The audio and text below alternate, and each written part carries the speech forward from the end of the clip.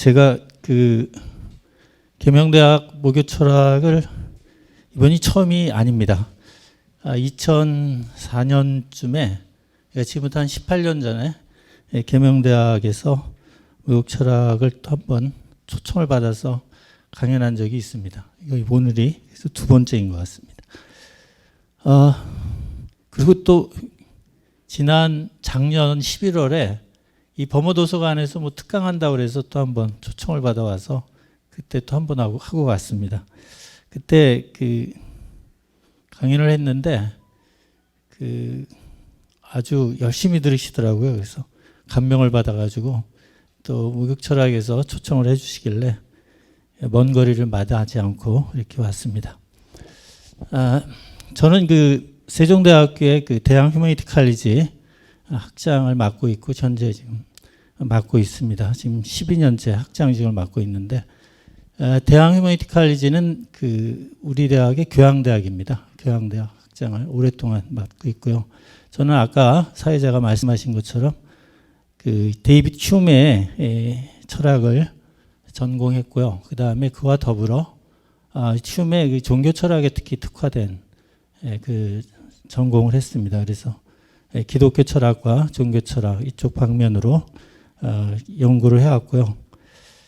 저도 이제 나이가 좀 있어서 이제 내년 8월이면 저도 정년입니다. 올해 만 64세입니다. 오늘 강연은 원래 저희 주제가 그 인간 세상을 바꾸다라는 게 큰 주제인데 그 주제를 생각하다가 이제 제가 생각해낸 건 바로 이겁니다. 인간 자연의 일부가 되다. 휴메 철학을 한마디로 한 센텐스로 표현하다면 아마 저렇게 표현할 수 있지 않을까. 그래서 제가 제목을 저렇게 붙였습니다. 그럼 본격적으로 그냥 바로 강의에 들어가도록 하겠습니다. 휴미 그 쓴 1739년 첫 번째 작품인데요. 휴는 1711년생이에요. 그러니까 이게 28세 나온 책이겠죠. 근데 여기에 이게 원전에 보면 이렇게 돼 있어요. An attempt to introduce the experimental method of reasoning in moral subject. 그러니까 도덕적 주제에 실험적인 추론 방법을 도입하려는 시도라는 부제가 붙어 있어요. 그러니까 도덕적 주제에 실험적인 추론 방식을 도입하고자 하는 시도다. 이게 부제예요. 근데 여기서 이제 우리가 주목할 것은 도덕적 주제라는 게 뭐냐는 거죠. 도덕이라는 말을 오늘날 우리가 모랄이라는 말을 영어로 우리가 이제 윤리적이라는 의미로 이해하기 쉬운데 18세기 당시에 모랄은 윤리적이라는 의미가 아닙니다. 그거는 모랄 사이언스 대 내추럴 사이언스를 얘기할 때 내추럴 사이언스는 자연과학이거든요. 자연학 또는 자연과학인데 이 자연학의 대립 개념으로 모랄 사이언스라는 말을 썼어요. 그러니까 이거는 인간학에 가까워요. 즉 인간의 주제로 하는 학문이라는 뜻이에요. 그러니까 인간을 학문으로 하는 주제에 자연과학에서 쓰는 그러한 실험적 방법을 도입하고자 하는 시도가 바로 이 Treatise of Human Nature, 인간 본성에 관한 연구라는 거예요. 이 책에. 그래서 그것이 이제 인간학을 그러면 전문으로 해서 인간학에 있어서의 자기는 뉴턴이 되잖아요. 뉴턴은 자연과학에서 당시에 유명한 과학자이죠. 그렇다면 자기는 인간학에 있어서의 뉴턴이 되자. 이게 자기의 포부였고 그래서 28살의 청년이 이 책을 출간하게 된 거죠. 그러면 왜 휴는 왜 도덕학의 자연과학의 탐구 방법을 적용하고 싶었는가?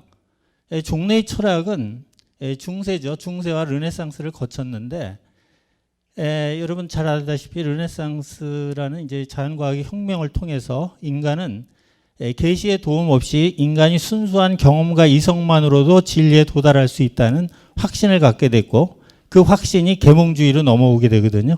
이게 17, 18세기가 유럽의 계몽주의인데 계몽주의의 모토는 인간의 이성을 개발해서 결국은 자연의 비밀을 파악하고 그걸 토대로 하여 뭐예요? 자연의 비밀을 파악한다. 자연에 대한 지식을 얻는다는 것은 내가 자연을 지배할 수 있다는 것을 의미하는 거거든요. 그렇기 때문에 이 자연에 결국 이 땅 위에 유토피아를 건설하겠다. 이것이 계몽주의의 모토입니다. 근데 이 계몽주의 모토가 현대 21세기 오늘날까지도 이어지고 있죠. 지금 오늘날 모든 현대인들이 추구하는 바가 바로 이 땅의 유토피아를 건설하자는 거 아니겠습니까? 네, 그런 점에서 우리도 여전히 계몽주의 후예다.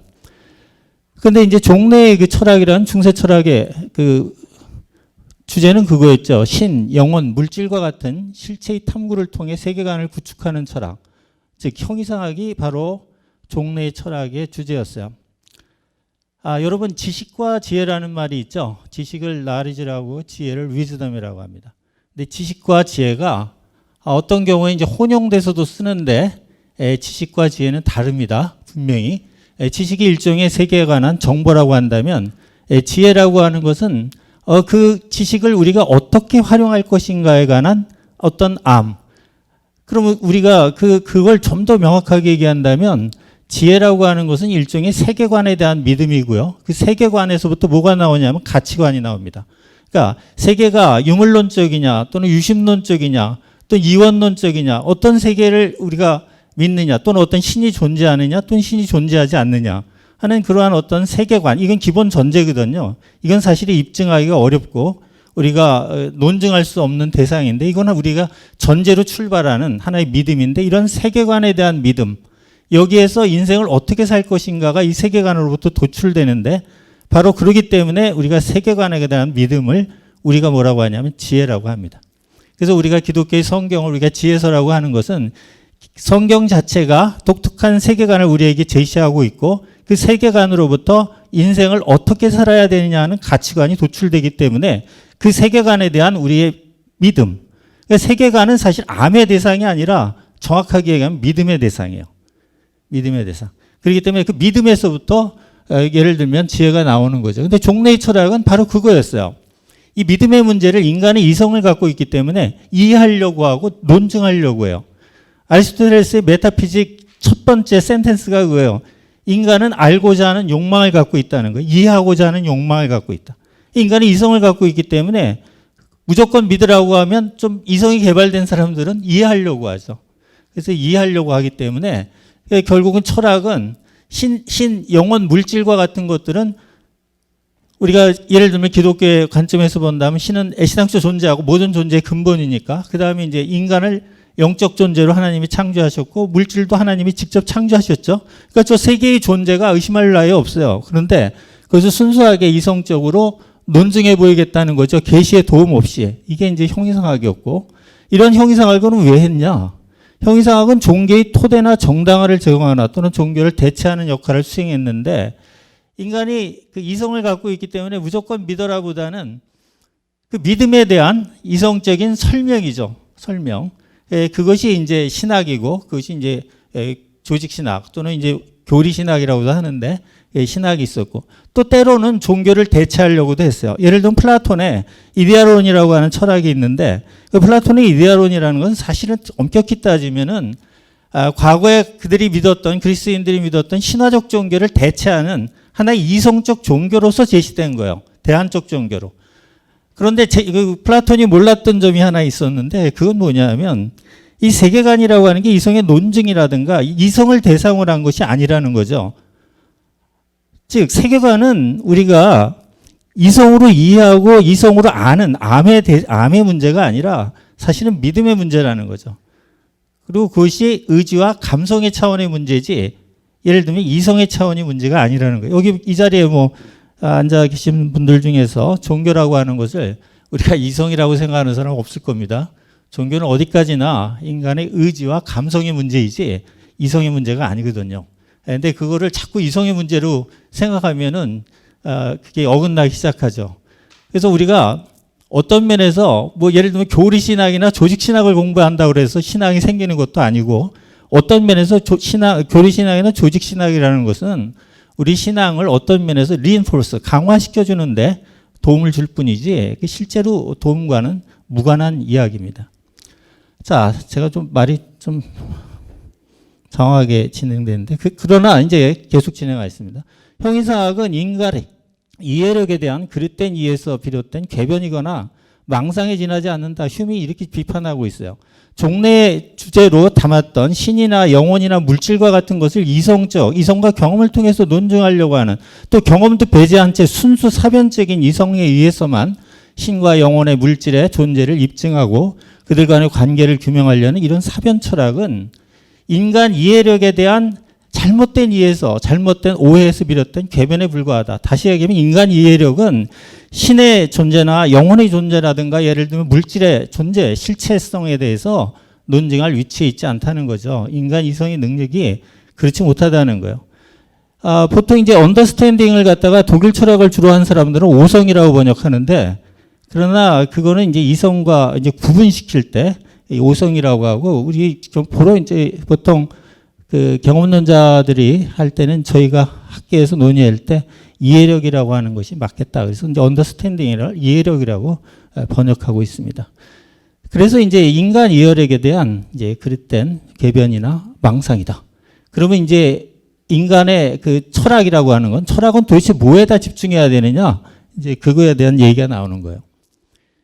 여지껏 우리가 쫓던 지루한 타성적 방식을 버리고 철학적 탐구에서 성공을 기대할 수 있는 유일한 방편이 여기 있는데, 그것은 이따금 변방에 있는 성이나 마을을 공략하는 대신에 학문의 수도 또는 중심인 인간 본성 자체를 향해 진격하는 것으로, 일단 우리가 인간 본성을 파악한다면 우리는 어느 곳에서나 쉬운 승리를 기대할 수 있다. 그래서 인간을 먼저 이해해야 된다는 거야. 뭘 하기 전에, 학문을 하기 전에. 우리의 캐파가 얼마나 되는지, 우리의 그 능력이 얼마나 되는지를 알아야 결국은 우리가 어떤 학문을 할 수도 있고, 어떤 학문은 어떤 학문의 그런 범주, 카테고리를 설정할 수 있을 거 아닙니까? 그래서 인간학을 먼저 해야 된다는 거죠. 인간에 대한 탐구를. 그래서 뉴턴이 밝힌 자연의 3대 운동 법칙이 있죠. 관성의 법칙, 힘과 가속도의 법칙, 작용 반작용의 법칙이 있는데, 이것의 버금가는 인간 본성의 원리를 밝힘으로 인간학에서 뉴턴이 되고자 해요. 따라서 철학이 해야 할 일은 인간 본성의 원리를 밝힘으로 인간 인식의 기능과 한계를 정확히 파악하는 것이 바로 철학의 본분이라는 거예요. 그러니까 쓸데없이 신이라든가 예를 들면 인간의 영혼이 있느냐 없느냐는 논쟁이라든가 물질이라는 게 실제 있느냐 없느냐. 여러분들이 생각할 때 지금 제가 들고 있는 포인터나 마이크가 물질이잖아요. 있는데 왜 없다고 그러냐? 그런데 그렇게 단순한 얘기가 아닙니다. 실제로는 우리가 오감을 통해서 이것들이 어떤 사물이 존재한다고 우리가 생각은 하지만 이것이 실제 존재하는지 안 하는지 우리가 확신할 수가 없어요. 사실은 우리가 어떤 정보를 받아들인 것 뿐이지 그것에 대응되는 우리 의식 바깥에 어떤 사물이 존재하느냐, 이것에 대해서는 꼬리표가 달라붙게 돼요. 혹시 이 자리에 앉아 계신 분들 뭐 영화 매트릭스 같은 영화를 보시면 아시겠지만, 우리가 실제 이런 그 리얼 라이프에서 산다고 생각했지만 사실은 우리가 사이버 월드에 살고 있고 우리가 사이버 바디를 갖고 있고 실제로는 다 전자 조작에 의해서 뇌 현상에 불과했다라는 그러한 이제 SF 가상 영화를 보는데, 실제 그와 같아요. 노장 철학에서도 그렇잖아요. 오늘 밤에 꿈을 꿨는데 일생이 한 일장 춘몽과 같았더라 하는 얘기처럼, 우리가 어떤 물체라든가 우리가 사는 이 세계라는 것도 사실은 우리가 지각된 대로의 세계를 우리가 인식할 뿐이에요. 로크 다음에 두 번째 경험론의 주자가 조지 버클리라는 영국 성공의 신부이며 철학자가 있어요. 휴메 바로 앞선 선배인데, 이분은 그렇게 생각했어요. 존재함이란 지각됨이다. 지각되지 않고 존재하는 것은 없다는 거예요. 다시 얘기하면 모든 내가 지각하는 나의 세계라고 하는 것은 내가 지각한 세계일 뿐이라는 거죠. 그 지각되지 않은 나의 의식 바깥에 무엇이 있는지 나로서는 알 수가 없는 거예요. 그걸 의식의 매트릭스라고 하는데, 이 의식의 매트릭스 밖에 실제 무엇이 존재하는지 우리는 알 길이 없어요. 우리가 저와 인간이라는 존재와 개, 파리, 뭐 다양한 생물체가 어떤 하나의 대상을 볼 때 우리가 다 동일한 방식으로 보지 않아요. 인간이 보는 방식과 파리가 그 사물을 보는 방식이 다르고, 거미가 보는 방식이 다르고, 사물들마다 다 다르게 어떤 사물을 봐요. 그럼 그 사물의 실제 모습이 뭘까? 파리가 보는 게 더 정확한 걸까? 인간이 보는 게 더 정확한 걸까? 또 인간의 시력이라는 게 겨우 기껏해 2.0밖에 안 나오는데 더 뛰어난 시력을 가지면 아마 물체는 더 다르게 보일 겁니다. 그러니까 물체의 진상이 뭘까? 참된 모습이 알 길이 없죠. 단지 우리는 어떤 미지의 뭘로부터 정보를 받고 그걸 물체라고 인식하고 있을 뿐이에요. 그것이 실제하는지 안 하는지도 몰라요, 사실은. 그 얘기를 하고자 하는 거예요. 그렇기 때문에 그것이 실제하는지 안 하는지, 물체가 실제하는지 안 하는지, 또 인간이 영혼이 있는지 없는지, 또 신이라는 존재가 있는지 없는지, 그거 다 우리 이성의 능력 밖이라는 거죠. 우리가 알 수 있는 그런 범주 안에 들지 못한다는 거예요. 근데 과거 종래에 수천 년 동안 그 논쟁을 벌여왔다는 거예요. 이게 얼마나 무익한 짓이냐. 그러니까 이제 그런 거 하지 말자는 거예요. 이제 인간이 해야 될 것은, 이제 철학이 해야 될 것은 인간 자신에 대한 능력이 뭔지를 하나하나 따져보자는 거예요. 왜 이런 반성이 일어났느냐? 르네상스라는 짧은 기간에 자연과학이 도입되고 눈부신 발전을 해요. 자연과학은 저렇게 뛰어난 발전을 이룩하는데 그동안 철학은 수천 년 동안 별로 발전한 게 거의 없죠. 그러면 자연과학의 방법을 우리도 도입해서 인간에게다 적용해보자. 그러면 분명히 성과가 있을 거다. 이런 발상입니다. 그래서 휴메 철학은 두 가지 측면이 있어요. 하나는 형이상학에 대한 비판, 종래 철학에 대한 비판이고, 하나는 긍정적인 측면인데 인간학의 추구. 그래서 파괴적 측면과 건설적 측면이란 이중성을 갖고 있습니다. 근데 보통 우리나라 철학은 이제 주로 관념론이 주도해 왔어요.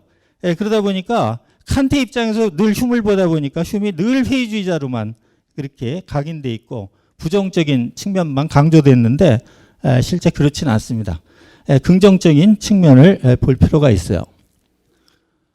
습관은 인생의 위대한 안내자이다. 이게 이제 휴메 철학의 한 태제입니다. 죄송합니다. 제가 물 좀 잠깐 먹고.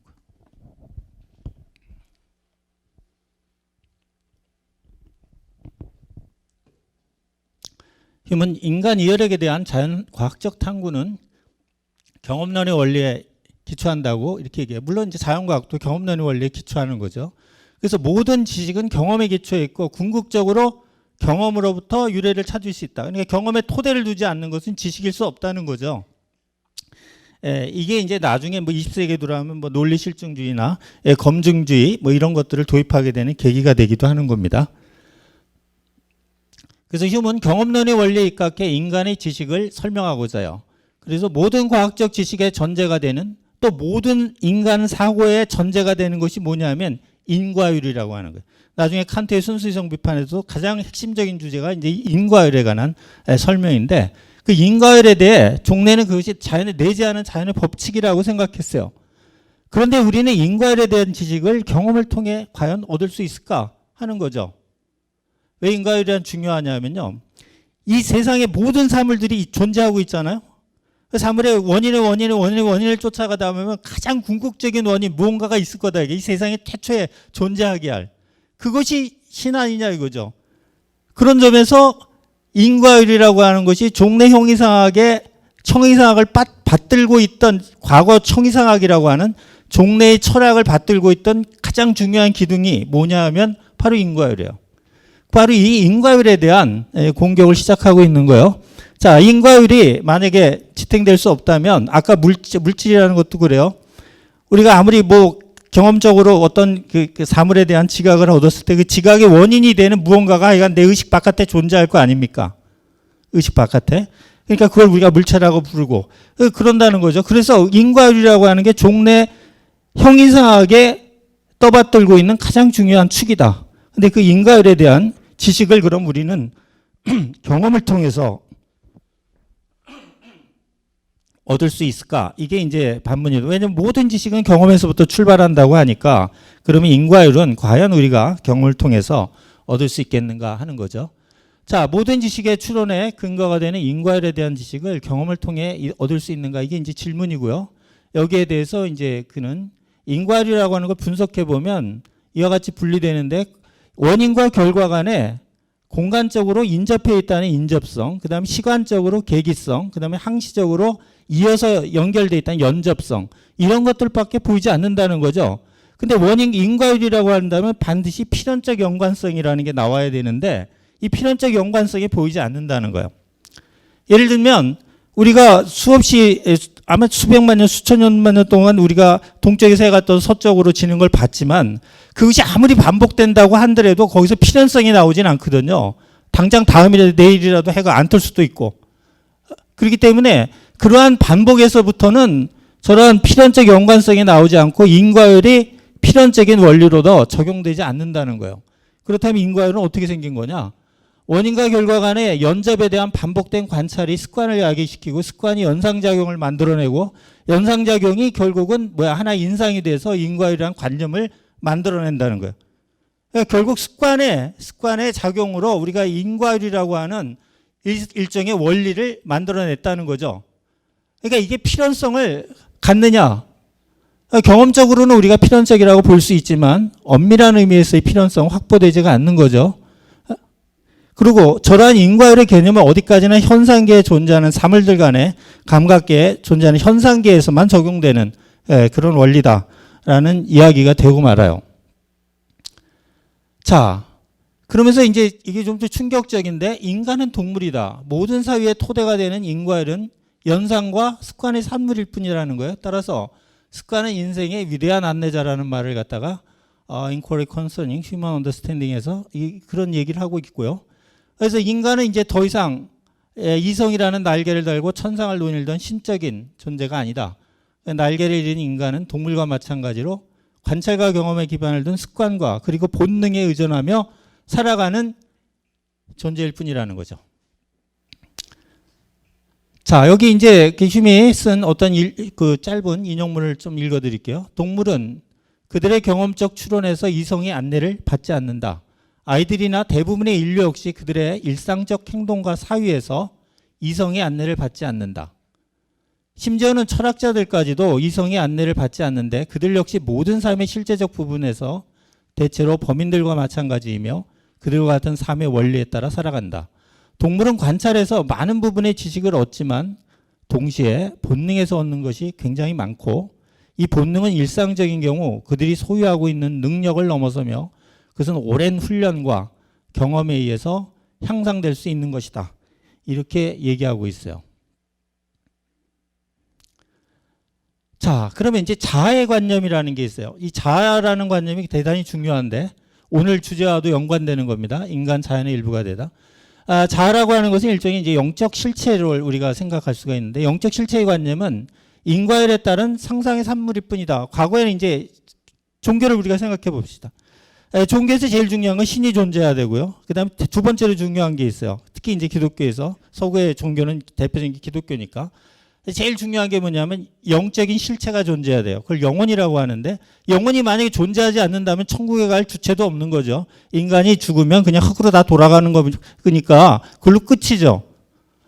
근데 이 자아라고 하는 개념, 즉 영적 실체라는 개념이 인과율에 따른 상상의 산물일 뿐이라는 거예요. 자, 내 입장에서 내가 나 자신이라고 부르는 것에 가장 가까이 접근할 때 나는 항상 뜨거움이나 차가움, 빛이나 그림자, 사랑이나 증오, 고통이나 쾌락과 같은 개별적인 지각과 만난다. 나는 지각 없이는 잠시도 나 자신을 잡을 수 없고 지각 외에 어떤 것도 찾아볼 수 없다. 깊은 잠에 들었을 때처럼 한동안 나의 지각이 제거될 때 나는 나 자신을 감지할 수 없고 따라서 존재하지 않는다고 말할 수 있을 것이다. 모든 나의 지각이 죽음으로 인해 없어지고 따라서 나의 육신의 사멸 이후에 생각할 수도 느낄 수도 볼 수도 사랑할 수도 증오할 수도 없다면 나는 완전히 소멸될 것이며 나는 나를 완전한 비실제로 만드는데 그 이상 필요한 것을 생각할 수 없다. 우리의 자아라고 하는 것은 사실 끊임없는 어떤 느낌, 생각, 예를 들면 고민, 다양한 종류의 감정의 흐름이에요. 계속 지속되는, 끊임없이. 그것일 뿐이지 그것들을 다 걷어내면 그 무엇이 남는 게 뭐가 있느냐 하는 거예요. 지금 휴메이 던지는 질문은. 그렇기 때문에 서로 그러한 영적 실체가 있다고 해도 그것을 우리가 알 길이 없다는 거죠. 그래서 자아란 상이한 지각들의 다발이나 집합에 불과한 것이다. 우리는 기억에 의해 우리의 지각들 간의 인과관계나 유사성을 인식하게 됨으로써 자아의 동일성을 상상하게 되고 그것을 근거로 하여 자아의 실체성을 주장하는 것에 불과하다는 거예요. 내가 수십 년 전에 저와 오늘의 내가 같다는 것은 우리가 기억의 기억을 거슬러 올라가서 기억의 연쇄고리, 연결고리를 찾아서 내가 동일하다고 생각하는 것 뿐이라는 거죠. 그러나 실제로 그러한 모든 기억들이 다 제거되고 난다면 과연 무엇이 남느냐 하는 거죠. 아무것도 남지 않는다는 거예요. 그리고 인간의 자아라는 것은 인과율에 따른 어떤 상상의 산물일 뿐이라는 거예요. 그래서 이 자아의 실체성을 부인하는 듯한 그런 주장을 하고 있어요. 그래서 휴먼은 인간 본성에 관한 연구의 부록에서 이런 얘기도 해요. 독립된 상이한 지각들을 하나의 일관된 전체로 묶는 원리가 그 지각들 자체에서는 존재하지 않는다는 점을 이야기하고 있다. 이게 뭐냐면 지각들이 수없이 많은 지각들이 내 머릿속에 들어오고 그것들 하나로 정리하고 하나로 묶는 어떤 주체가 있을 것 같은데 그 각각의 지각들 사이에서는 그게 발견되지 않거든요. 그러면 그 주체가 있을 것 같은데 그게 또 뭔지는 모르겠다. 그런 애매한 이야기를 하고 있어요. 그러면서 휴먼은 자신이 무신론자가 아님을 변명하기 위해 쓴 한 서간문에서 자신은 영혼의 존재를 부인한 적이 없고 단지 영혼의 실제에 대해 우리가 명확한 관념을 갖고 있지 않게 우리는 영혼이 존재한다고 단적으로 이야기할 수 없다고 말했을 뿐이라고 자신의 입장을 변호하고 있어요. 다시 얘기하면 휴먼의 정확한 입장은 신이 존재하는지 또는 영혼이 실체하는지 물질의 실체가 존재하는지 이런 것에 대해서 알 수 없다는 거죠. 즉 불가지론이에요.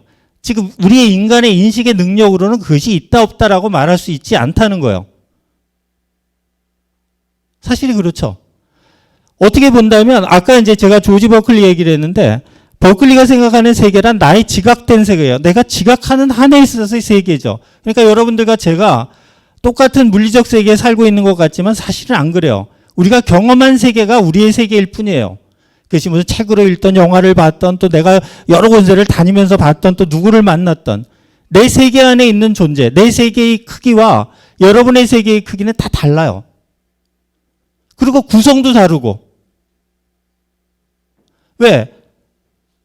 실제로는 내가 경험하는 경험의 지평이라고 하는 그 경험의 지평과 나의 인식이 딱 오버랩, 중첩되죠.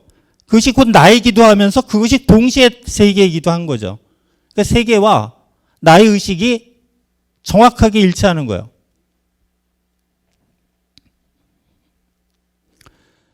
휴먼 정신 현상을 연상의 법칙과 습관으로 설명하고 자익과 대립하는 자아에 대해서는 그것이 관념이다 할 뿐이라는 주장을 피력하는데 그러면 자아의 실체성에 대해서는 어떻게 생각하느냐? 그것에 대해서는 알 수 없다는 거예요. 그러나 자아의 실체성을 부정하지는 않는다. 인간의 이성과 경험의 한계를 넘어서는 문제라고 말한다. 그런데 자아에 대한 휴미 현상학적 접근 방식은 사실 여기서 제가 현상학이라는 말을 썼는데 후대에 이제 나온 개념이고 현상주의에 가까워요. 현상학이라는 개념은 그 이후에 나온 개념이고 그래서 현상주의적 접근 방식은 근대 심리학이 출발점이 되었고 오늘날 인간 정신을 유물론적이며 환원론적으로 이해하게 되는 출발점이 돼요. 그러니까 휴먼 물론 연상심리학 오늘 근대 심리학의 시조예요. 여기 인간에게서부터 오늘날 현대 심리학이 출발을 했고 그런 점에서 휴먼 인간 정신을 오늘 이제 대부분 트렌드가 인간의 정신 현상을 뇌 부수 현상이라고 보잖아요. 뇌 현상이라고.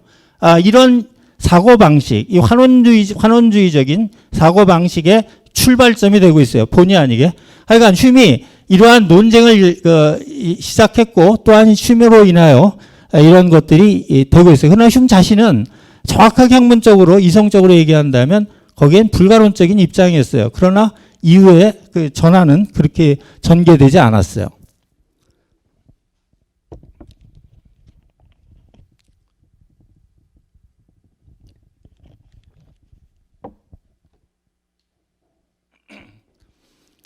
여러분 이 그림은 뭐 여러분 잘 아실 거예요. 미켈란젤로의 1512년작인가 시스테나 성당 천장 벽화인데 천지창조 중에 일부분이에요. 아담의 창조라고. 성경 창세기 2장 7절에 보면 여호와 하나님이 땅의 흙으로 사람을 지으시고 생명의 숨을 코에 불어넣으시니 사람이 살아있는 혼이 되니라. 이렇게 얘기하고 있어요. 저기 옆에 이제 저기 아담이 누워 있고요. 벌거벗은 채. 그다음에 저기 이제 여호와가 손가락을 마주치고 있고 아직 닿지 않았습니다. 저기 이제 닿는 순간에 이제 생기가 들어가고 그리고 이제 인간이 창조되는 거죠. 정확하게 얘기하면 사실은 코에다가 그 숨을 불어넣었기 때문에 여호와와 아담이 입맞춤을 해야 되는데 그렇게 거리는 게 불경스럽다고 생각해서 손가락을 마주하는 걸로 그림을 변경했던 것 같아요. 미켈란젤로가. 그런데 여기 이제 그림을 보시면 주머니 같은 게 달려 있어요. 그렇죠? 주머니 같은 게 있고 그 옆에 이제 천사들이 있고 그런데 저 주머니는 미켈란젤로 이제 그 이후에 많은 학자들이 주장하기에 인간의 뇌를 단면화로 그린 거다. 인간의 뇌가 저렇게 단면으로 놓으면 저렇게 보이거든요.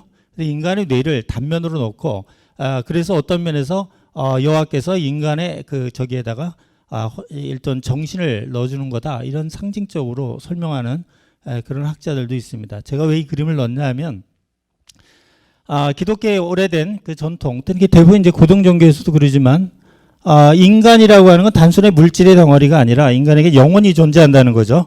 이제 그 히라보로 푸시케라고 하는데 혼, 영혼이라고 하는 게 있는데, 죄송합니다.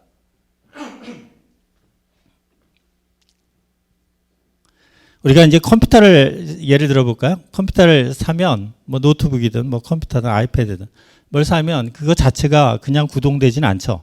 그걸 작동시키려면 뭘 해야 되냐면 일단 운영 체계를 깔아야 돼요. 윈도우라는 운영 체계를 깔아야지만 그 다음부터 이제 우리가 뭐 거기에서 한글 문서 작업도 하고 뭐 다양한 뭐 포털도 보고 하죠. 여러 가지 이제 문서 작업도 하고 포털도 보고 하는 모든 다양한 작업들을 우리가 정신활동이라고 한다면 그 정신활동을 가능하게 해주는 게 운영 체계예요. 그 운영 체계가 깔리지 않으면 그건 그냥 고철덩어리일 뿐이에요. 인간도 인간의 물체가 하나님의 창조됐지만 거기에 운영 체계인 일종의 혼이 깔리지 않는 한 인간은 작동되지 않는다는 거죠.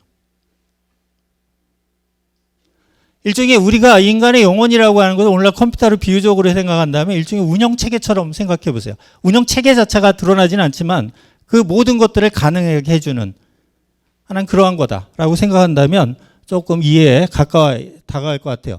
근데 왜 제가 이런 얘기를 하냐면 만약에 인간에게 영혼이 없다면 동물과 인간의 차이가 뭐가 있을까요?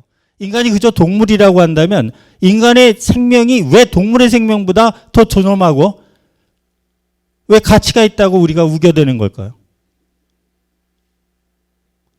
하등의 이유가 없어요. 그저 우리가 이 다른 동물보다 좀 더 진화됐다는 차이일 뿐이에요.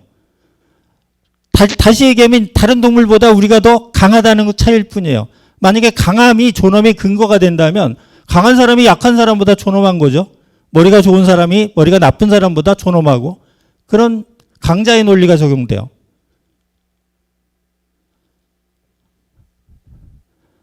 우리가 형이상학적으로 인간의 존엄성을 끌어올 수 없다면 형이학적으로 인간의 존엄성을 끌어올 길은 없어요.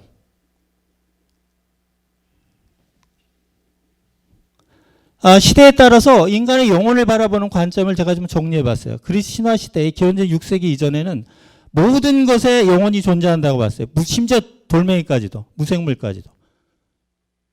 고대 철학의 시대를 가면 무생물은 제거됐고 식물, 동물, 인간이 영혼이 있다고 봤고 쭉 내려오다 보면 근대 계몽주의까지만 해도 자연과 대립하는 영혼의 존재를 인정해요.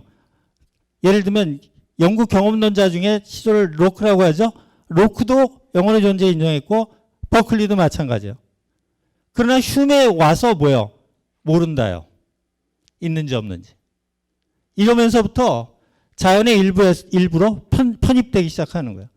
즉 인간은 이제 자연의 일부예요. 동물과 다를 바가 없는 거예요.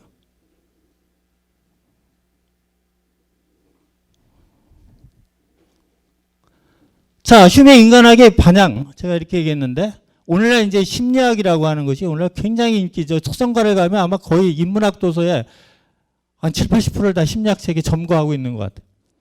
인간의 정신작용에 대한 관찰과 실험을 통해 인간의 본성과 정신의 원리를 밝히는 심리학은 인간을 지배하고 이용하는 도구로 전락될 수가 있어요.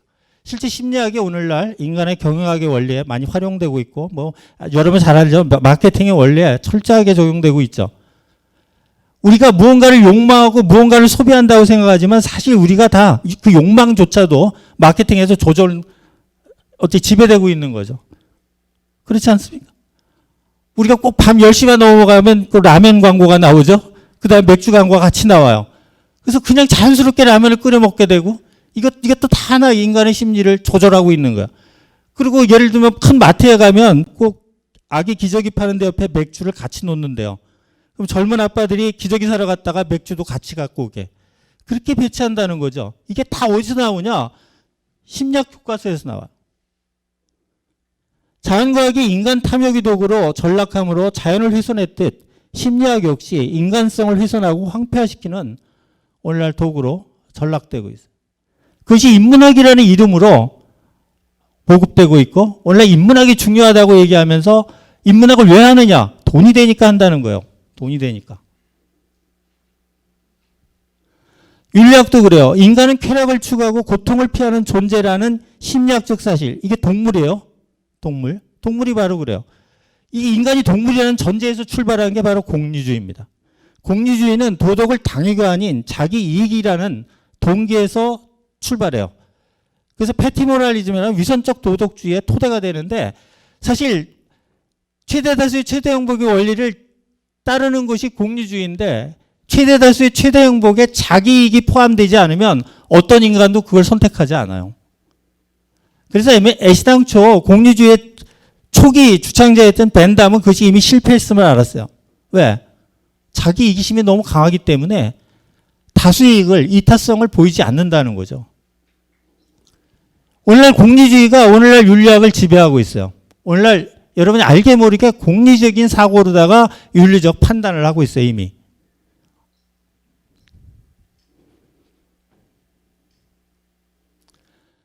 그래서 저는 절망의 인문학과 희망의 인문학을 나누고자 합니다. 지식의 인문학이라고 하는데 일명 세계관을 기계론적 세계관을 보는 거예요. 이 기계론적 세계관은 모든 것이 물질이라는 거죠. 인간도 물질의 덩어리에 불과한 거고 인간의 정신은 뇌의 현상에 불과하다는 거죠. 그렇게 본다면 생물학적인 유기체에 불과하고 인간은 영혼은 존재하지 않고 정신은 뇌의 현상일 뿐인 거예요.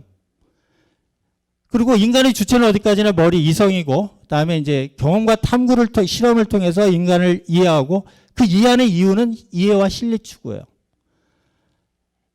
이유는 따라서 인간관계, 타인과의 관계는 종속과 지배의 관계에 빠지게 돼요.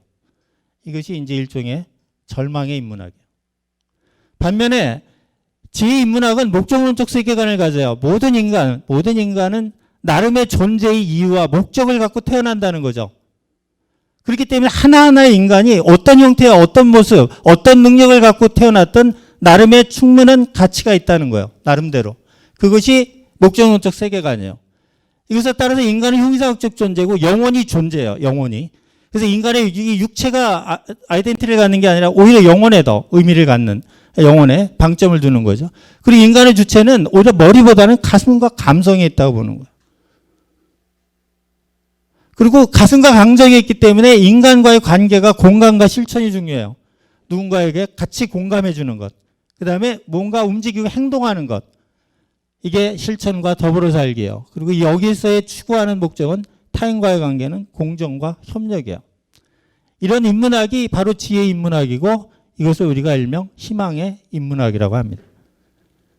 이게 희망의 인문학으로 갈 것이냐 절망의 인문학으로 갈 거냐 하는 그 갈림길은 아까도 얘기했지만, 신과 인간과 물체라고 하는, 물질이라고 하는 것의 실체성을 부인하고, 또는 모든 것이 물질이라고 하는 물질로 모든 환원주의적 사고방식을 가져갈 거냐. 그래서 모든 것을 기계론적 관점, 그러니까 원인과 결과의 인과율적인 사고방식으로 접근할 거냐. 아니면 인과율적인 사고방식을 넘어서는, 또 현상계를 넘어서는 초경험적인 세계가 존재하고, 그것이 오히려 경험적 세계에 의미를 부여한다고 생각하는 제2인문학으로 갈 거냐. 그러니까 이 세계에는 목적이 있다는 거죠. 우리가 태어남에도 목적이 있는 거죠. 누구에게나. 그러나 물론 논증되지 않아요. 증명되지 않고. 그러나 그것을 뭐예요? 증명되지 않기 때문에 믿음의 대상인 거예요. 믿는 거죠. 이것이 바로 희망의 인문학입니다.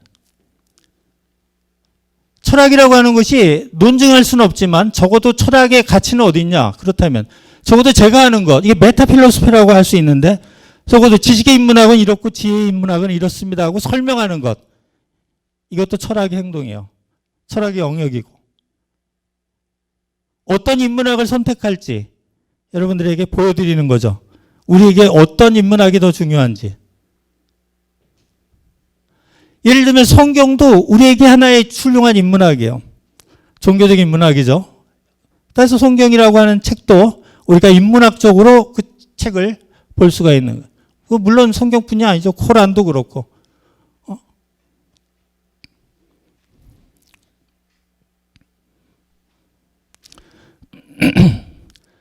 자, 저기 유발 하라리라고 하는 여러분 너무 잘 아는 학자죠. 요즘 제가 사피엔스로도 유명하고 이제 호모데우스라는 책을 써서 또 요즘 굉장히 유명한데 나이는 굉장히 젊죠. 1976년생이니까 이제 뭐 40대 중반밖에 안 됐는데 거의 세계적인 학자의 대열에 올랐어요. 그가 호모데우스의 그 서두에 쓴 얘기가 이렇게 썼어요. 인류는 지금까지 이룩한 성취를 딛고 더 과감한 목표를 향해 나아갈 것이다.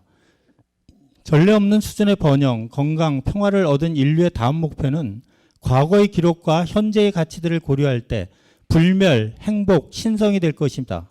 굶주림, 질병, 폭력으로 인한 사망률을 줄인 다음에 할 일은 노화와 죽음 그 자체를 극복하는 것이다. 사람들을 극도의 비참함에서 구한 다음에 할 일은 사람을 더 행복하게 만드는 것이다. 짐승 수준의 생존 투쟁에서 인류를 건져 올린 다음 할 일은 인류를 신으로 업그레이드하고 호모사피엔스를 호모데우스로 바꾸는 것이다. 이렇게 얘기하고 있어요. 여기서 호모데우스에서 그 유발 하라리가 말하는 두 개의 신이 있어요. 하나는 뭐냐면 인간 자신이 신이 되는 거고 또 하나는 데이터예요. 즉 슈퍼컴퓨터가 인공지능이죠. 오늘날 인공지능이 신이 되는 거예요. 인간은 자기를 일종의 여러분 그 그리스 신화에 나오는 그러한 그 슈퍼맨 같은 그러한 어떤 신처럼 인간이 그렇게 되고 있다는 거예요. 근데 저는 그 호모데우스 인간 자신이 그렇게 순으로 변하는 모든 면에서 그리고 또 이제 일부 아주 일부의 돈 많은 사람들이 기계적 영성을 꿈꾸고 있죠.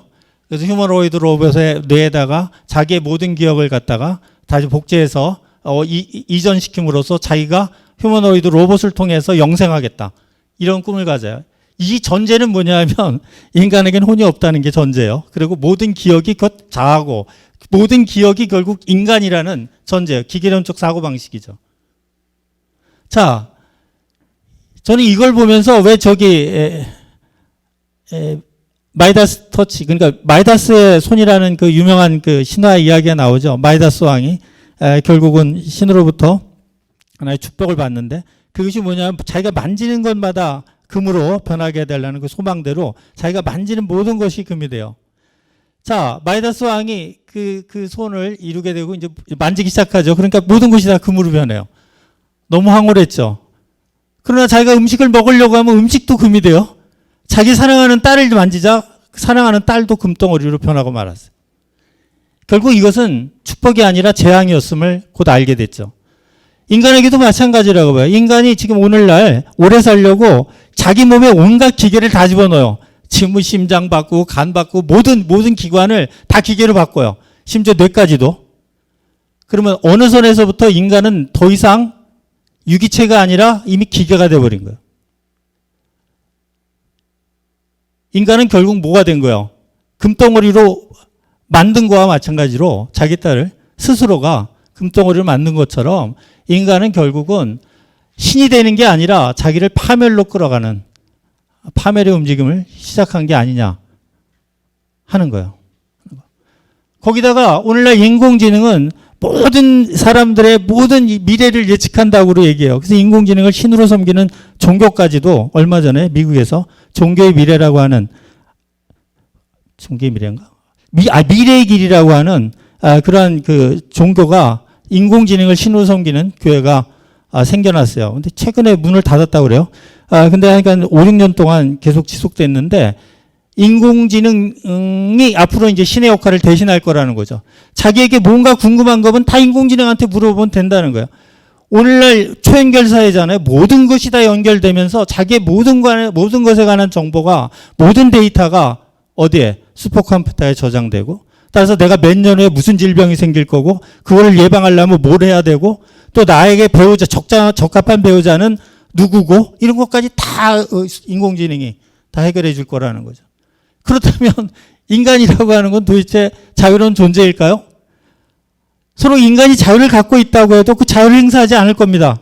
온전히 인공지능의 말만 따르면서 할 거예요.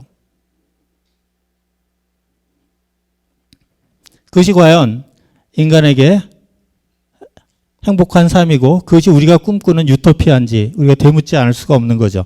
즉 계몽주의 우리가 포부가 이 땅에 우리가 유토피아를 구성하자라고 하는 것이 계몽주의 모토였다면 21세기도 그 연결선상에서 계속 추구해 왔는데 그 끝이 이미 보이기 시작한다는 거죠. 이미. 사실 엄밀하게 얘기하면 신이 존재하지 않는다라고 얘기한 적도 없고 영혼이 존재하지 않는다라고 얘기한 적도 없고 물체가 존재하지 않는다라 물질의 실체가 그런 적도 없어요. 사실 엄밀하게 얘기하면 불가지론의 입장이었어요. 그러나 그 후대가 그거를 유물론적으로 끌고 간 후대들은 오늘날 이와 같은 인문학을 만들어냈고 오늘날 특히 심리학이라고 하는 그런 학문은 거의 철학을 대체해서 오늘날 그 절망의 인문학을 이끌어가는 게 아닌가 하는 그런 우려를 갖게 해요. 그래서 제가 이걸 디테일하게 얘기하면 한이 없어서 이게 어디까지나 시민대학 강의인 것 같고 그래서 굉장히 압축하고 단촐하게 설명을 드렸습니다. 제 3시까지 하라니까 정확하게 맞춰야 될 것 같습니다. 경청해 주셔서 감사합니다.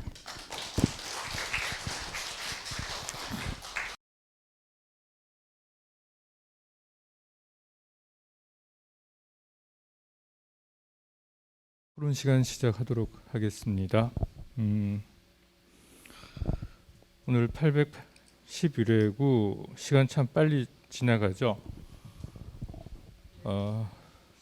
지금 이번 학기 12회차 되어 있는데 딱 이제 6회차 지나가고 있습니다. 자, 날씨도 갑자기 변덕을 부려서 저도 옷장 안에 넣어놨던 겨울옷 다시 꺼내서 오늘 이렇게 입고 왔는데 여러분들 건강 같이 조심하시기 바라고요. 오늘 지금 이태하 교수님께서 흉에 대해서 강의를 해주셨는데 우리 플로우에 계신 여러분들 이해를 잠깐 돕기 위해서 시대적인 부분만 설명을 드리면 이 생물 연도가 아마 영조하고 거의 비슷한 걸로 제가 알고 있습니다.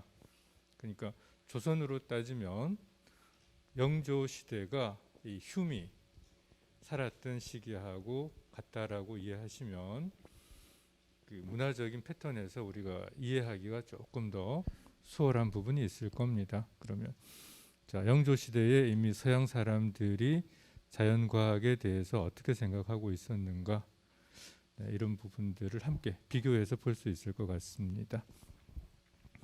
자, 우선 우리 플로우에 계신 분들 질문을 받기 전에 역시 또 강도기 선생님께서 이렇게 미리 질문을 2개를 보내와셔서 요거 먼저 이야기를 나누고요. 다음 기회를 드리도록 하겠습니다. 자,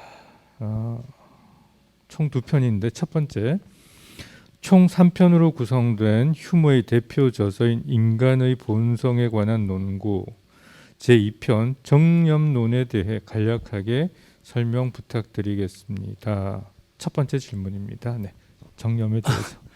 사실은 춤이 그 3부작으로 썼는데요. 첫 번째가 이제 인간 본성에 관한 그 연구의 첫 번째가 오성에 관한 이게 그 독일 특히 철학을 전공하신 분들은 이제 언더스탠딩을 오성이라고 번역해서 오성론이라고 하는데 저희 경험론을 전공한 분들은 이제 인간 이해력에 관한 인식에 관한 논이라고 보고 두 번째가 정념론입니다. 정념론이고 세 번째가 도덕론인데 정념론은 사실 그 도덕론을 위한 기초 놓기예요. 그래서 인간의 정념이라고 하는 걸 영어로 이제 패션이라고 하는데 이건 센티먼트, 감정이라는 관념보다는 더 폭이 넓고요. 인간의 욕망을 포함하고 있는 굉장히 폭넓은 개념이고 휴먼 바로 이 정념이 인간의 본성이 바로 인간의 본성이 바로 이 정념에 있다.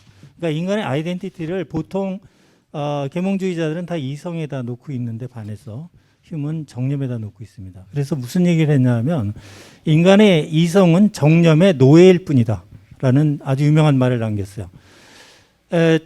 저도 이 말에 상당히 동의하는데 보통 인간을 우리가 이성적 존재라고 우리가 학교에서도 그렇게 배웠죠. 이성적 존재인 것은 분명합니다. 그러나 인간은 이성에 따라서 행동하는 존재는 아닙니다. 우리가 담배가 몸에 나쁘다는 걸 이성적으로는 이해하지만 그렇다고 해서 몸이 따라주지는 않거든요. 결국은 인간은 욕망대로 사는 존재예요. 욕망대로.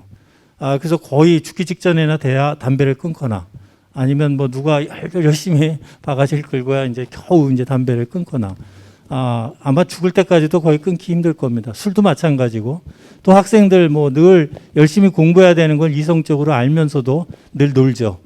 이게 다 인간의 결국은 인간이 정념적인 존재라는 것을 말해주고 있는 거죠. 근데 특히 정념론에서 이제 중요한 게 쾌불쾌에 관한 정념인데 이게 나중에 이제 도덕론의 기초가 되는 겁니다. 그리고 공리주의의 기초도 아까 얘기했던 쾌불쾌의 원리, 즉 쾌락주의에 기초하여 인간의 도덕을 도출해내는 이것이 이제 근대 윤리학, 공리주의 윤리학, 즉 경험론에 기초한 윤리학의 토대가 되는 그 기초 놓기를 정념론에서 하고 있습니다. 네, 감사합니다. 자, 두 번째 질문. 근대 철학의 고전으로 널리 간주되는 휴머에 져서 인간의 이해력에 관한 탐구에 대해서 개략적으로 설명 부탁드립니다. 네. 아까 이제 결국은 오늘 주제가 아까 설명한 거라 굳이 뭐 다시 설명할 필요가 있을까 싶은데요. 결국은 인간 이해력의 한계를 이 책을 통해서 인간의 그 이해력의 한계와 기능 이런 것들을 갖다가 규명한 것이고요. 결국 이것이 제대로 돼야만 결국은 우리가 어떤 학문을 하든지 실패하지 않는다 하는 거죠. 과거에는 인간의 이성의 한계를 모른 채 우리가 사변철학에 매달려 왔다는 거죠. 형이상하게. 그러나 아까도 얘기했지만 인간의 신의 존재라든가 자아의 존재라든가 물질적 실체의 존재 이런 것들은 우리가 인간의 이성으로는 알 수가 없는, 왜냐하면 경험이 대상이 되지 않기 때문에 인간의 이성으로서는 알 수가 없는 그런 영역에 속한 것이다.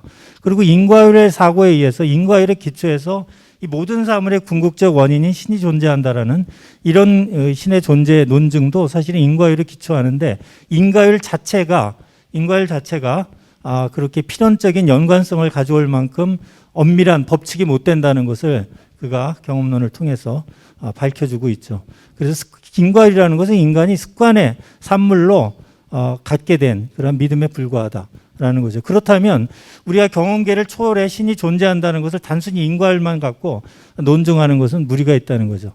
그래서 신이 존재하는지 또는 자아가 실체하는지 물리적 실체가 실제하는지 이런 문제들은 사실은 엄밀하게 얘기하면 알 수가 없다. 이게 휴메의 정확한 입장입니다. 네.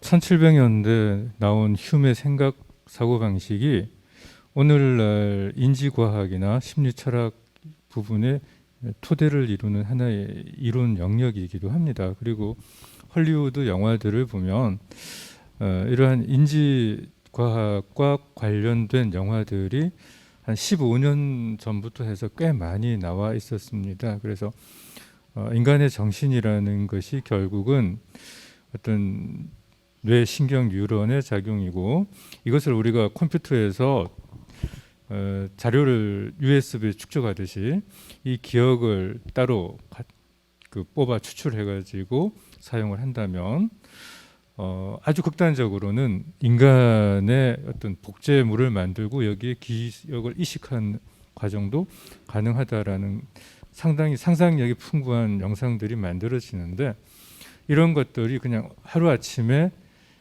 소설처럼 만들어지는 것이 아니고 상당히 긴 기간 동안 이렇게 역사적이고 이론적인 배경을 가지고 만들어진다는 것도 우리가 한번 새롭게 인식할 필요가 있을 것 같습니다.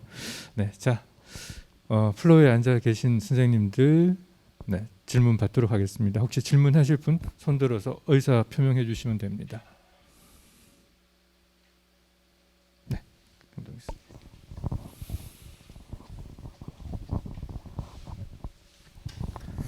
예, 만촌동에서 온 이병욱이라고 합니다. 교수님의 강의 감사하게 잘 들었습니다. 희망의 인문학, 절망의 인문학, 특히 가슴에 좀 많이 와닿는 내용이었습니다. 잘 모르지만 시민 눈높이에서 몇 가지만 여쭙겠습니다. 첫 번째 질문은 오는 이제 일요일은 그리스도교에서 가장 큰 절기인 부활절입니다. 휴메에게 그럼 그리스도의 부활 사건은 어떤 의미가 있는지 한번 여쭙고 싶고요. 두 번째는 여기에서 더 유발 하라리 말씀도 하셨는데 호모 사피엔스에서 호모 데우스, 우리 과학과 이성의 힘으로 인간에서 신으로 넘어가는 건 참 죄송한 말씀이지만 요즘 우크라이나 사태나 또 우리 사회나 또 세계 여러 곳을 봐도 신은 그냥 어떤 면에서는 좀 짐승만도 못한 그런 지경으로 오히려 떨어지는 모습도 저희가 쉽게 볼 수 있는데 이런 것도 어떻게 또 우리가 받아들여야 되는지 또 여쭙고 싶고요. 마지막으로 세 번째 질문은 다른 자리에서 보니까 휴미 이렇게 은둔형 하는 그런 철학가가 아니라 사람들과 즐겨 만나고 함께 스스럼없이 정말 그 낯선 사람과도 잘 교류하고 그런 것은 휴미 좀 공감, 남에 대해서 잘 이해하고 그런 능력이 좀 뛰어났다고 생각하는데 휴미 이성보다는 감정을 많이 이야기하면서도 강조했던 것이 남을 배려하는 거, 남을 너그럽게 이해하는 거 이런 점을 많이 이야기했다고 하는데 그게 요즘 시대도 그게 참 많이 필요하다고 생각되는데 거기서도 한번 좀 교수님 말씀 부탁드리겠습니다. 이 선생님 그 질문이 많으시네요. 처음에 뭐였죠? 부활에 대해서 휴미 부활, 어떤 예. 생각을 가지는 휴은 그 개인적으로 무신론자에 가까웠어요. 그리고 부활한다고 하는 것이 그것에 대해서 별로 믿지 않았어요. 그러나 그것은 어디까지나 개인적인 믿음의 차원의 문제이고 학문적으로 있다 없다라는 이성적인 순수한 논의로는 불가론자라는 입장이 정확한 입장입니다. 그러나 개인적인 입장에서는 그런 믿음을 갖지 않았어요. 그게 첫 번째이고요. 그다음에 두 번째.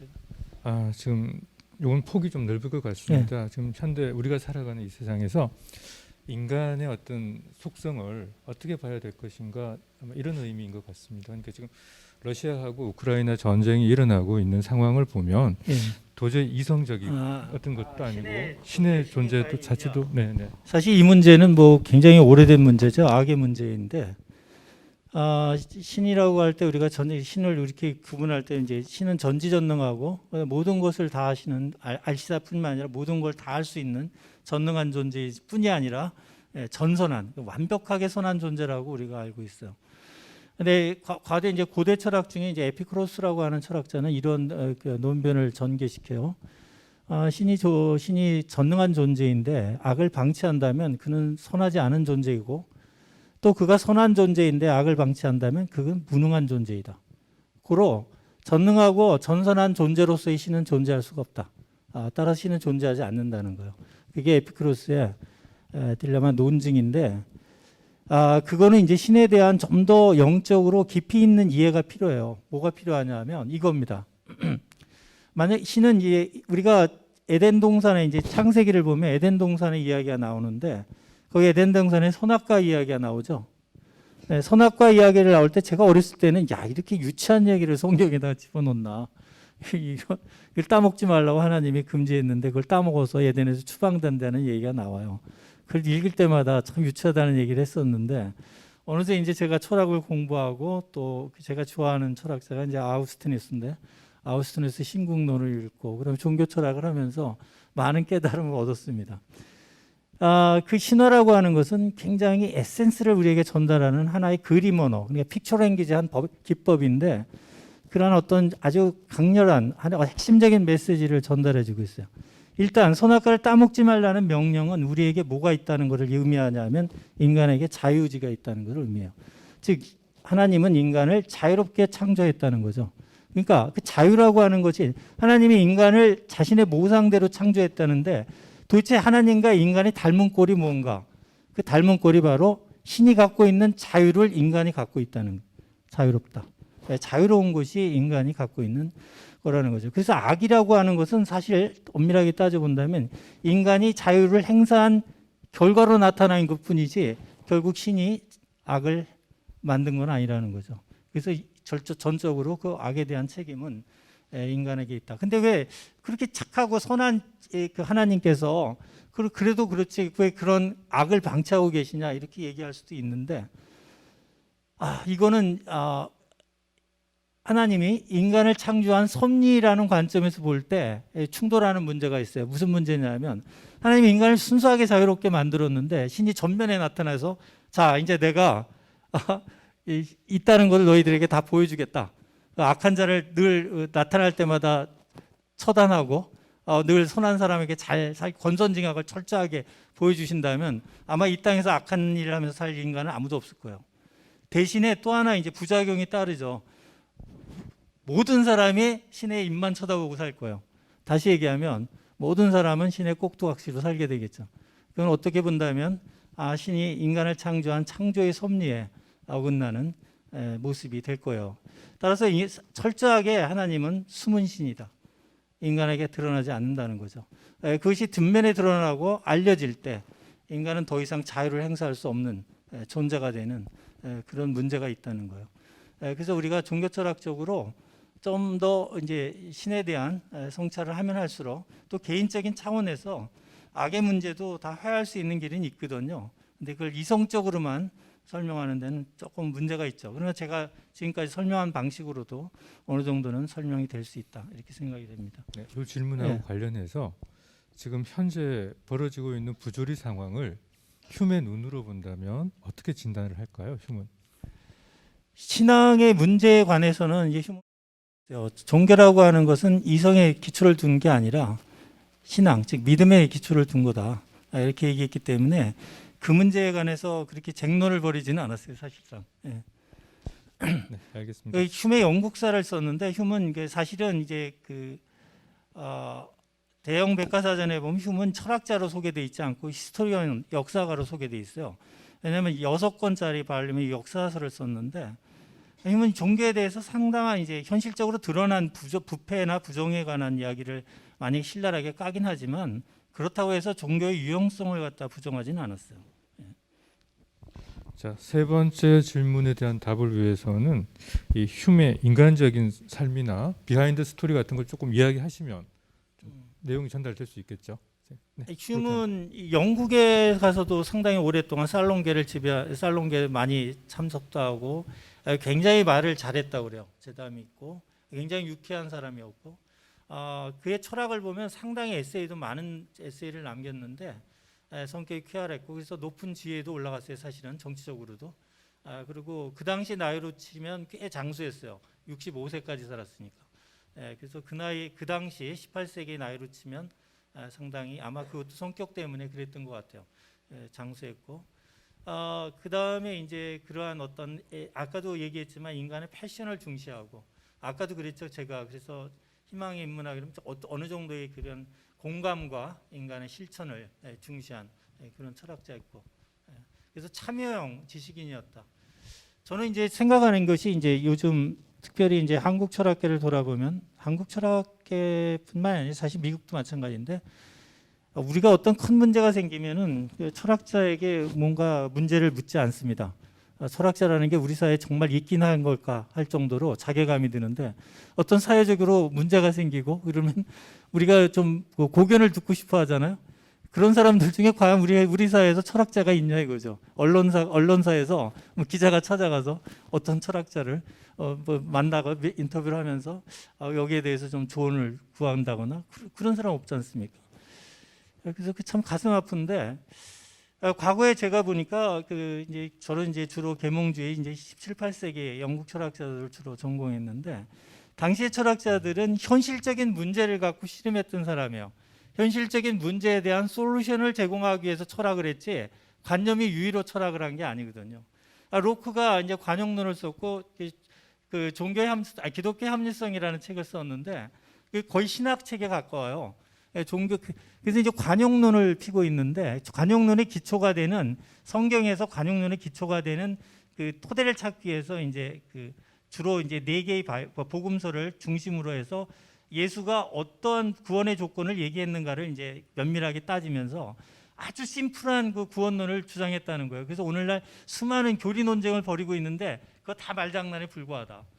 따라서 기독교는 철저하게 이제 관용주의로 나가야 된다는 이런 주장을 하는데 사실은 그의 그 후원자였던 샤프스베리 경이 집권을 하고 있었는데 그 샤프스베리 경이 이제 정치적으로 당시 이제 네덜란드처럼 네덜란드가 그 당시엔 굉장히 잘 사는 나라였거든요. 무역을 통해서. 그러니까 우리도 무역을 통해서 잘 사는 나라가 되려면 종교적으로 관용을 취해야 되기 때문에 그 관용론의 근거가 되는 책을 결국은 로크가 그를 마련하기 위해서 그 신학책에 가까운 그 책을 쓴 거거든요. 따라서 로크는 그냥 단순한 신학자가 아니라 어떤 그 솔루션, 해법을 제공하기 위해서 그 책을 썼던 거예요. 그러니까 뭐든지 오늘날 철학자들도 현실적인 문제와 자기의 철학을 연결시키는 그런 깊은 고민이 필요하다. 저는 그렇게 개인적으로 생각합니다. 그래야만 우리가 사회에서 외면받지 않는 그런 철학자가 될 것 같아요. 근데 오늘날 한국 철학계를 돌아보면 상당히 이게 문제가 있어요. 예를 들면 이 칸트 전공한 사람은 평생 칸트 책만 봐고 칸트 논문만 쓰다 이제 죽음에 이르게 되죠. 근데 그게 과연 우리 사회에 어떤 임팩트를 주고 어떤 예를 들면 기여를 했을까 의문이 생기게 되죠. 사실은 저도 마찬가지지만 저는 이제 다행스러운 거는 저는 이제 평생 대학에 있으면서도 철학과에 소속된 적은 한 번도 없었고 주로 교양대학에 있었어요. 그러다 보니까 이제 굉장히 폭넓게 학문을 접할 수 있었고 그게 저한테는 굉장히 다행이었다 이렇게 생각합니다. 네, 이병욱 선생님 만족하시겠습니까? 네. 다른 질문 하실 분 있으면 네, 저기 뒤에 계시는 분. 범어동에 있는 유상학과입니다. 교수님 말씀 잘 듣고 감사드립니다. 아까 말씀 중에 장자의 나비의 꿈에 대해서 말씀하셨는데 그러면 흉과 장자의 그 사상에 또 물질적으로 보는 데서 좀 공통점이 있다고 생각해도 괜찮겠습니까?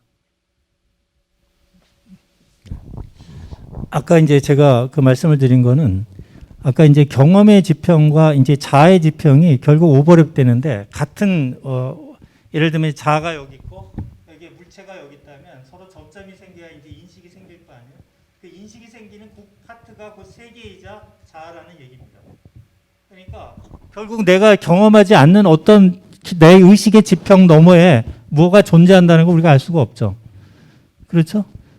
그리고 나의 내 내면 안에서도 나라고 하는 자의 어떤 아까 얘기했던 운영체계, 컴퓨터로 치면 운영체계 같은 것이 실제하는지 우리 영혼 안에, 우리 안에 그것도 사실은 알 수가 없는 일이에요. 그것도 또 하나 이제 모든 것의 존재 근원인 신이 존재하느냐 이 문제도 정확하게 우리의 이성의 논증의 대상이 아니라는 거죠. 그렇기 때문에 흉의 경우에는 그거는 믿음의 대상이지 이성과 경험의 대상, 즉 학문의 영역에 속하는 것이 아니다. 그러니까 경험론의 입장에서는 철저하게 종교는 학문의 영역 바깥에 있는 거예요. 학문의 영역으로 끌어들이지 말라는 거예요. 철학은 학문이죠. 그렇다면 학문의 영역 안에서 얘기하라는 거예요. 제가 오늘 강의한 것도 결국은 경험론적인 관점에서 보면 일종의 교통정리죠. 학문의 경계가 여기까지다. 이걸 일종의 메타 철학인데 메타 사이언스라고 할 수 있죠. 메타 학문인데 학문에 대한 학문이라고 할 수 있는데 이런 것도 철학의 영역에 속하는 거죠. 경험론의 입장은 그렇습니다. 과거에 이제 그 보통 형이상을 추구했던 철학들이 종래에 보면 이제 나중에 신학에 많은 영향을 줘요. 이제 종교에는 신학에 기여함으로써 교리 신학을 체계화하는데 철학이 기여했고 또 한편에서는 그 철학 자체가 하나의 대체 종교로다가 기능을 해요. 대체 종교로. 사실 무신론도 하나의 종교입니다. 세계관에 대한 믿음이니까. 종교라는 게 마루종자에 가르칠 교자를 쓰니까 으뜸되는 가르침이거든요. 으뜸되는 가르침이 뭐예요? 으뜸되는 가르침, 으뜸되는 교훈. 그것이 세계관에 대한 믿음이에요. 결국 세계관이라는 건 유물론이 옳으냐, 유심론이 옳으냐, 이원론이 옳으냐 이거는 논증될 수가 없어요. 우린 기본 출발점일 뿐이지. 이러한 것에 대한 결국은 그럼 어떤 것을 우리가 선택할 거냐? 여기에서 이제 영어로 빈디케이션이라는 말이 나오는데 이 빈디케이션은 옹호라고 해요. 이 옹호는 내가 어떤 세계관을 옹호한다라는 것은 그 어떻게 옹호할 수 있느냐? 삶의 실천을 통해서. 어떤 세계관을 내가 갖고 살았는데 그 세계관이 나의 삶에 얼마나 많은 유용성을 가져다 줬느냐. 이걸 통해서 나의 세계관을 옹호할 수 있는 거죠. 그래서 성경에서도 예수가 어때요? 믿음은 그 실천을 통해서 그 열매를 통해서 알 수 있다고 얘기한 거와 마찬가지 이치입니다. 그래서 모든 종교는 그 실천을 통해서 자기가 믿는 세계관을 옹호할 수 있는 거예요. 철학자도 마찬가지로 봅니다. 철학자들도 뭐 자기들의 세계관에 관한 이야기들을 엄청나게 많이 했고 철학적으로 논증했고 형이학적 세계관을 구축했지만 글쎄 제 짧은 소견으로는 그렇습니다. 철학자가 자기의 생명을 자기 철학에 건 유일한 사람은 아마 소크라테스밖에 없었던 것 같아요. 대부분의 철학자들은 자기 철학대로 안 살았어요. 오히려 자기 철학을 이용해 먹었지. 그러니까 결국은 저는 그렇게 생각합니다. 적어도 서양 철학에 국한해서 얘기한다면 동양 철학은 좀 다릅니다. 동양 철학은 거기 수행이 따르고 거기에 삶이 묻어나기 때문에 그건 좀 다른 얘기고요. 적어도 서양 철학은 인간이 되려면 철학을 해서는 안 돼요. 오히려 종교를 갖는 게 낫지. 왜냐하면 아까도 말씀드렸지만 인간의 이성은 결국 욕망의 도구에 불과하거든요. 그래서 철학자들이 궤변을 잘 늘어놓고 자기의 잘못도 정당화하는데 자기 모든 철학을 갖다 끌어다가 동원하는 게 철학자들이 늘 해먹는 수법입니다. 네. 아마도 흉하고 장자하고 직접 연관시키기는 좀 어려운 부분은 있을 것 같습니다. 그 흉은 공리주의적 입장에 유용성을 강조했던 사람이고 장자는 한마디로 이야기하면 그냥 무용지용, 사용이 안 되도록 하는 것이 진짜로 오래 살아남을 수 있는 거다라는 관점에 서 있었기 때문에 직접적인 대답은 어렵지만 방금 그 종교와 인간 삶에 대해서 설명을 해주셨습니다. 아까 이제 좀 부연 설명하자면 아까 제가 얘기한 건 현상학적인 접근. 그러니까 우리가 현상에 국한돼서 세계를 논하는 부분에서는 거의 같다 말할 수 있다는 거죠. 네. 자, 또 다른 질문 있으면 받도록 하겠습니다. 아, 네, 저 뒤쪽에 있습니다.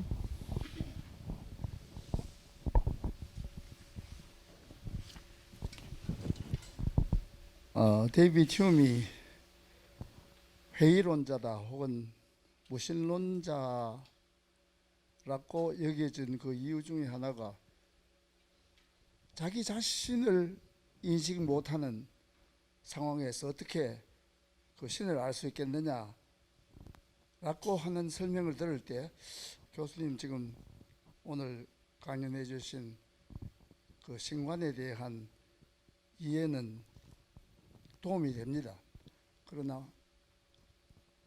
인간의 본성에 대한 연구 논문이 첫째 질문은 단순성과 복합성에 대한 휴움 자체가 내린 그 정의에 대해서 설명을 듣고 싶고, 두 번째는 오늘 강의하신 이 작품이 찰스 다윈의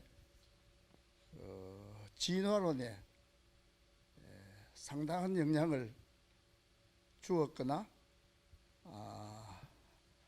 또 관계가 깊다고 읽었습니다. 그에 대한 설명을 좀 해주시죠. 휴미 조작은 상당 부분 제가 볼 때 많이 오해가 됐어요.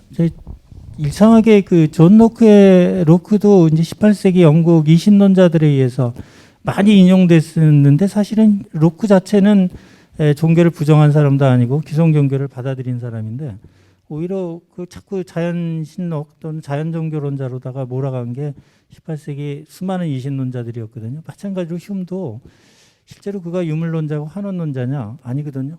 그런데 그렇게 오도돼서 잘못 오해됐던 대표적인 인물이 아마 휴미 아니었나 이렇게 생각이 돼요. 그다음에 단순성과 복잡성에 관한 이야기가 제가 그 선생님의 질문 의도를 잘 모르겠어서 답변 드리기가 그러네요. 단순성과 복잡성에 대해서 뭐 어떤 질문인지 그게 제가 잘 모르겠고요.